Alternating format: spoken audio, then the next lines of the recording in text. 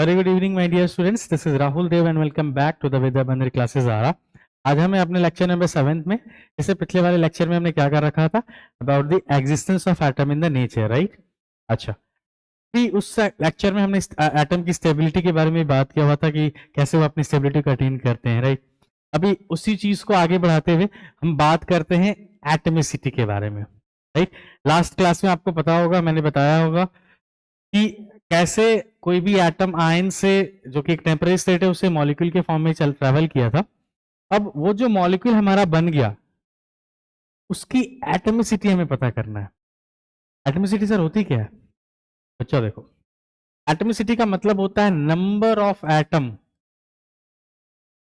Present in a molecule, या फिर compound, molecule या कंपाउंड। किसी भी कंपाउंड या मॉलिक्यूल में कितने नंबर ऑफ एटम मौजूद हैं, वो बताएगी आपको उसकी एटमिसिटी के बारे में। अच्छा समझो, जितनी भी एटम्स अपनी स्टेबिलिटी को अटेन करने के लिए मॉलिक्यूल का शक्ल लेते हैं, वो अलग अलग फॉर्म्स ऑफ जो है मॉलिक्यूल्स बनाते हैं, राइट। कुछ ऐसे लोग हैं जो कि एक जो है दो लोग के साथ मिलकर के मॉलिक्यूल बने, कुछ लोग तीन लोग के साथ मिलकर के मॉलिक्यूल बने, कुछ लोग चार, कुछ लोग पांच। तो उसके लिए हमने एक अलग अलग नाम दिया उन सारे लोगों को, राइट। जैसे अगर कोई भी कंपाउंड अगर सिंगल खड़ा रहता है, जैसे सोडियम है, अगर मान लो ये सिंगल खड़ा रह रहा है, तो हम बोलते हैं कि ये मोनो एटॉमिक एलिमेंट है। मतलब ये अभी कंपाउंड किसी से बनाया या मॉलिक्यूल किसी से बनाया नहीं है ना, किसी एटम के साथ मिलकर मॉलिक्यूल नहीं बनाया, सिंगल खड़ा है। जैसे नोबल गैसेस लोग हो गए, राइट। अब उसी में कुछ ऐसे लोग हैं जो कि एक से ज्यादा लोग से मिले, जैसे ऑक्सीजन है, दो ऑक्सीजन मिलकर के O2 बना है, राइट। हम बोल दिए कि ये क्या है, ये डाई एटॉमिक है। ये कौन से लोग हैं? डायटोमिक है।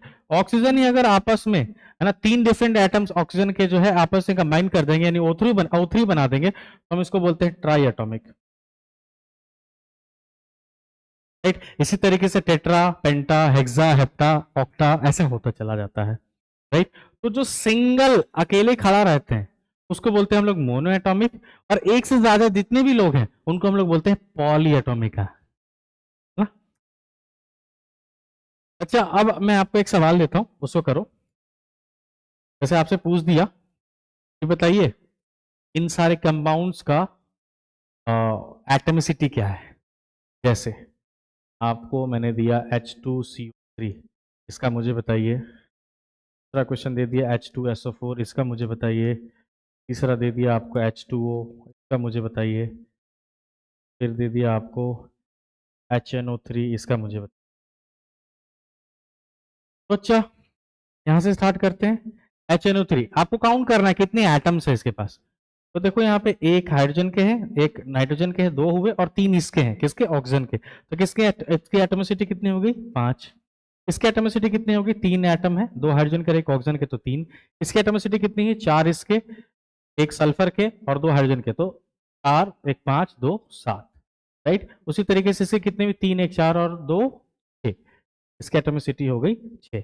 अब ये कर लिए, कुछ और क्वेश्चन दे देते हैं। जैसे आपसे कोई पूछे CO3 2- का, आपसे पूछे OH- का, आपसे कोई पूछे SO4 2- का, या आपसे कोई पूछे SO4 3- का, इनकी एटमिसिटी बताइए।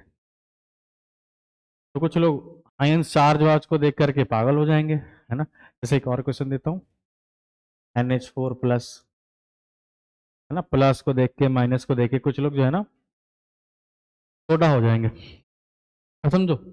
अच्छा, क्वेश्चन पूछ रहा है आपसे एटमिसिटी कितनी है। एटमिसिटी की परिभाषा क्या बोलती है? एटमिसिटी की परिभाषा बोलती है कि भैया number of atom combines together, कितने नंबर ऑफ एटम उसमें कंबाइंड है, एक मॉलिक्यूल में कितने एटम प्रेजेंट है, right.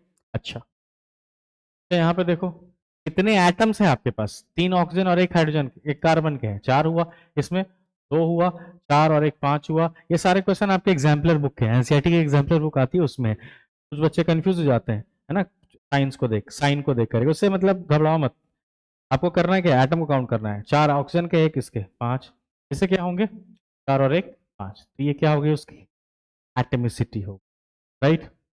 Okay, so this was all about atomicity, है ना। सिंगल अगर कोई एग्जिस्ट करता है उसको बोलते हैं मोनोएटॉमिक, है ना। एक से ज्यादा लोग एग्जिस्ट करते हैं तो डाई होगा, ट्राई होगा, टेट्रा होगा, पेंटा होगा, ऐसे बढ़ेगा।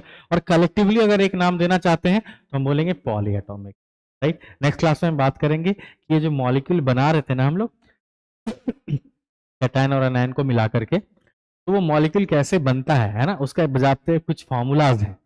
दुनिया में जितने भी केमिकल फार्मूला, जो केमिकल फार्मूला आप देखते हो ना, NaCl, H2SO4, ये सारे जितने भी हैं, ये कैसे बने उसको हम बना सकते हैं और उसको बनाना सिखाएंगे आपको नेक्स्ट क्लास में, ठीक है। तब तक के लिए थैंक यू।